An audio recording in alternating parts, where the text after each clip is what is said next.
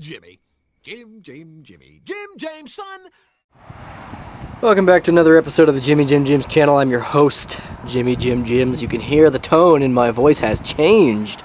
And that's because Jimmy done fucked up. I bought this vehicle sight unseen. It's a 2003 Suzuki Aerio. And, you know, when you buy sight unseen, you never know what you're gonna get. But if you look over there in the trash can, you can see something that's alarming. So this thing was dropped off to me today, and I popped the hood and immediately looked around and said, oh shit, there's no battery. And then I looked a little farther and said, oh shit, there's a little something else wrong with this vehicle. So our first uh-oh came in the form of this. This is an all-wheel drive CV axle, or at least this portion is. This is just the cradle it attaches to. But it wasn't until I opened the trunk that I realized I made a big fat uh-oh. Uh-oh. Uh-oh. Uh-oh. Oh man. I mean, I only paid $400, but dang. Now, this is the flywheel, also known as the flex plate. And you can see that it's flexed to the point where it's plating now. And there's this thing, which I don't know what this is. And there's this thing. And there's some CV axles. And there's a fucking sun visor. The car itself is not that bad of condition internally and externally. But this is not something you want to see, okay? This is what we call an uh-oh. So the torque converter does spin and it does act appropriately. That's good. There is still fluid in the transmission. That is good. But the uh-oh comes in the form of right here and on the form of right there. Now, finding a flex plate for this thing has been a nightmare. Nightmare. You can't do that. I did eventually locate one in Rio Bravo, Texas, which is great. I don't know if it's on its way yet because I'm still master debating if I should fix this thing or not. Let me go open the hood and I'll show you what I mean, Jelly Bean. What the fuck do you want? What you looking at, boy? Some Betty Boop. You can tell a woman owned this car, and I'm not going to elaborate any further on that for fear of saying something sexist, but you know how it goes. Uh-oh. Uh-oh. That's the floor where the transmission should be, but isn't. So, I don't know if you can see all of that down in there. I'll try to stuff you down in there, but there's just some stuff here and there, and, well, just about everywhere.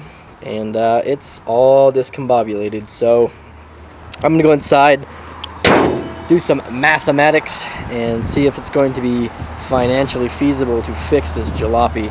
Something tells me it's not. It's not in the prettiest of condition. You can see that they did the old, literally fill it full of garbage and leave garbage in every crevice of the vehicle, which is fantastic. You know how it goes. Some dinosaurs.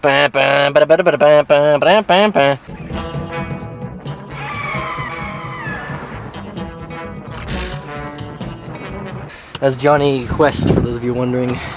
But, yeah, I think I'm going to go inside and cry a little bit, and then I'll think about what we're going to do. So I'll catch you in the next clip. Well, we have returned, and after much consideration, I have determined that I shall not be repairifying this here automobile. Now, why am I not doing so? Well, here's the problem. Now, I was initially told this vehicle just needed a flywheel, which I can see. Most definitely it needs a flywheel. And I'm not opposed to replacing a flywheel. The transmission is good, and I did verify that. But the problem is when you do shit like this, and you just dump all the bolts into a giant box, you end up losing half of them. So whatever mechanic, as I was told, worked on this car, shouldn't be mechanicating anything. Okay, they shouldn't be fixating nothing. This is just heinous, okay? So I did manage to find all the exterior flywheel bolts that mount the exterior portion of the flywheel and or flex plate, but I did not find the interior flex plate bolts, which is the most important part, and I do not feel like going to go find those. Secondarily, just finding a flywheel for this car was a pain in the ass, so that's a big problem within itself. Thirdly, when you do shit like this, I don't know if you can see this or not, when you strip bolts, every bolt on this vehicle has been stripped, okay? They stripped the flywheel bolts, they stripped the frame rail mounts, where the motor mounts mount the actual transmission to the frame of the vehicle, or to the unibody of the vehicle, stripped. They stripped the starter bolts. You can see here is the starter, and if you look down in here, there's like little mounts. Okay, these are stripped completely out, so you need a new starter altogether. They broke the axles while removing it, just completely snapped both of them in half, and these are some expensive and hard to find axles. They damaged this mounting bracket. They damaged the part of the transmission where it mounts to. They damaged the threads on almost every single piece of the transmission. You can see them kind of buggered in there, if this fucking camera would focus. And all those things really don't scare me. But the overall condition of the vehicle is not as described as well. I'm going to explain that right now. I apologize for all the wind noise. That's just what's happening today. My day is not going like I planned. I'm getting over everyone's favorite virus. I've been feeling like tiddlywinks, not feeling so well. And this is just one more frustration in a line of frustrations I've had this month. So anyway, you can see the door handle's been torn clean off on literally every single door panel. The interior is full of filth and disgusting garbage. See that? Just garbage, garbage, garbage, garbage, garbage everywhere. The interior is broken in many spots. The air vents are broken. The sun visors are ripped off. The seat covers are disgusting. And again, all of this doesn't really scare me. I can repair the internals of a vehicle. The interior is not that hard to repair. It's when you get to the place like this, when you look down inside the engine hidey hole here, and you realize that the two frame rail mounts that mount the actual transmission mount to the unibody frame rail have been stripped facing up, then you know you have a problem. See, also, the mounts for where the transmission mounts to the actual motor itself, stripped. The subframe mounts, stripped. Everything is stripped. It has resorted, like my niece, to a life of stripping. And what I don't understand, or fathom, is how, if you're just removing a transmission, do you manage to strip all these bolts? I've never stripped a bolt removing, I've only stripped it reinstalling. So either somebody tried to reinstall this transmission and failed miserably, or they were the worst mechanic that ever done did lived. Now this isn't even the half of it. You got shit like this going on, where there's just like a chunk missing, there's like a literal chunk, and you can see they screwed the license plate there that I've removed because the salvage man, the junk man, cometh in a couple of minutes, and he's coming to pick this baby up for $400 due units. They've also rather poorly painted over the emblem and the fenders and everything else. Now, the tires aren't so bad on it, but the bodywork is terrible, the interior is terrible, the mechanical condition of the vehicle is terrible, the paint is terrible. At this point, alright, I'm not going to lose much money, maybe $150, and so I think that it would be wise enough for me to lose $150 rather than put another $600 into it and end up finding out that the car is still junk. You catch my drift? So let's go sit down inside the vehicle and we can have a discussion about such things. Come sit with me. Come along with me and such, alright? Now, I like these little Suzuki Aerios. They have a lot of Toyota parts. You can see that's a Toyota cruise control setup. Toyota thing over here. There are a lot of Toyota parts, okay? A lot of Toyota parts. You can just feel the quality in the pieces. But somebody has done their absolute darndest to fuck this car up to an extent that I have never seen before. Now, clearly a lady owned this car. And, you know, I'm not going to elaborate any further on that, but sometimes the ladies, they don't take care of the cars that well. This is gross, though. Like, this is disgusting, right? This is not right. Like, there's just so many things that's like, why would you do this to a car? They busted off every single frickin' door handle. Busted off the sun visor there. Just busted off a number of things.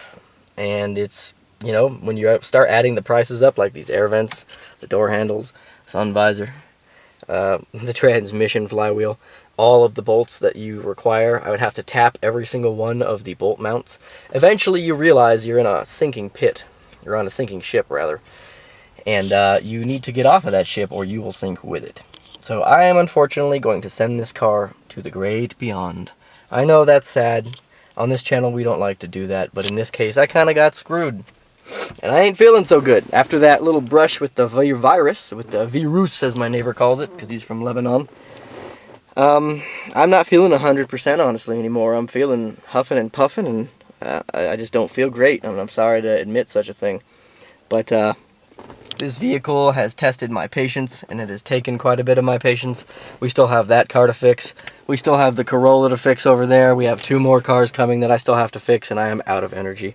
I'm out of patience, and I'm starting to get low on money nonetheless because of, you know, reasons. Reasons because when you fix cars, you can't fix them all, and you got to know when to cut your losses. You got to know when to hold them, know when to fold them, know when to walk away, and know when to run.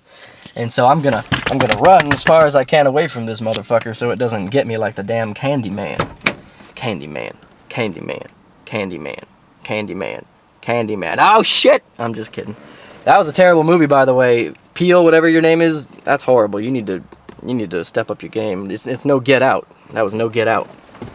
But anywho, I apologize, like I said, for the wind noise. It's a windy day today, nice windy day. And you know, my mind's a little foggy, a little windy. So I think I'm gonna stop the video here. The reason I'm even filming this for you guys is because I want to show you that I fuck up sometimes. I make mistakes.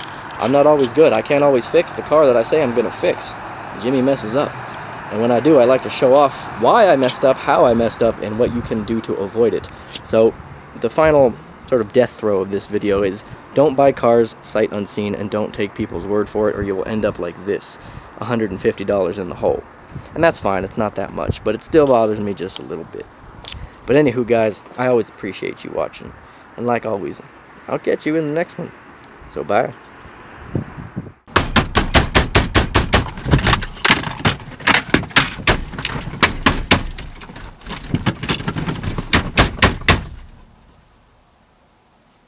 Pretty sure, I'm not a doctor, but I'm pretty sure if the cancer dies, I mean, if you die, the cancer also dies at exactly the same time. So that, to me, is not a loss, that's a draw. That's a, you know what I mean?